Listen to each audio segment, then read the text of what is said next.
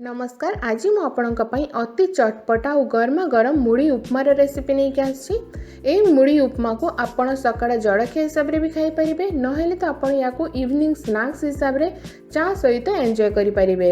याको बनेबा पई बहुत ही कम समय लागिबो, बनेबा जेतिकी इजी खाइबा को मध्य बहुत टेस्टी। तो चलंतु एबे देरी न करी ए चटपटा मुढ़ी उपमा बनेबा स्टार्ट करिबा। मुढ़ी उपमा बनवाई प्रथम गोटे फ्राए पैन ने और पाखापाखि 2 छोटा चामच रिफाइंड तेल को गरम करें। तेल भल भाव में गरम हो सारापर अल्प जीरा और अल्प सोरिष ऐड करेंगे या किसी सेकंड टिके फ्राए करेंगे। तापर ऐड करेंगे किसी कटा कंचा लंका और या भी टिके फ्राए करेंगे। एबे पूरा अल्प पूरा छोट छोट करके काटिकी पियाज को ऐड करेंगे और पियाज को भी टिके फ्राए करेंगे। जदि आपण पियाज खाऊ नथिबे आपण याको स्किप करि परिबे। तो ये पियाज भी हल्का फ्राए हो गलानी, याको पूरा पूरी ब्राउन करिबेनी, बस टिके याको फ्राए करिबे। एबे एथिरे बस आधा छोटा चामच अदा रसुण छेचा ऐड करिबे और याको भी टिके फ्राए करि नेबे। तापर एथिरे किछि कट्टा आलू ऐड करिबे और किछि कट्टा गाजर। आलू और गाजर को पूरा छोटा छोटा करके काटी नेछि और याको भी टिके क्रंची होवा पर्यंत कुक करिबे और अल्प चीना बादाम ऐड करेंगे।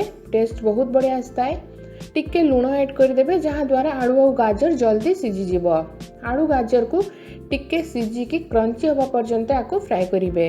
एबे ये ऐड करेंगे 1/3 छोटा चामच हळदी गुंड, 1/3 छोटा चामच रु टिके कम काश्मीरी लंका गुंड और या भी मिक्स करके टिके फ्राए करेंगे जहाँ द्वारा मसलार कंचा स्मेलटा पड़े जीव। तापर ये किसी भृसुंग पत्र ऐड करी, या द्वारा फ्लेवर बहुत भल आसता है।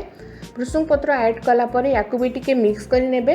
तापर या कवर करी गाजर और आलू को टिके जल्दी सीझापी कुक करवा। एटी आलू और गाजर सीझी गलानी और भल से क्रंची मध्य हो जाइए। तो एबे एटी मुढ़ी को ऐड करवा। तो मुझे पाखापाखि 5 मुठा मुढ़ी ऐड करी। आपण हिसाब रे मुढ़ीर क्वांटिटी कम बेसी करि परिबे।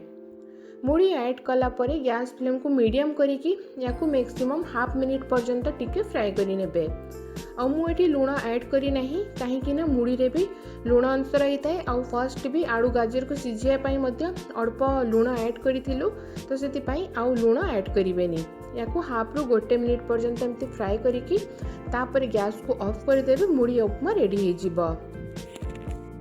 फाइनली एठी हमारा गर्मा गरम चटपटा और अति मुसमुसिया मुढ़ी उपमा बनिकी रेडी हो गला। खास करिकी एही मुढ़ी उपमा गर्मा गरम चा सहित खाइबा पई बहुत टेस्ट लगी थाए। आपण थरे मो प्रोसेस रे ए मुढ़ी उपमा को ट्राए करंतु और केमिति लागुछि निज एक्सपीरियंस मो सहित कमेंट करिकी शेयर करंतु। धन्यवाद।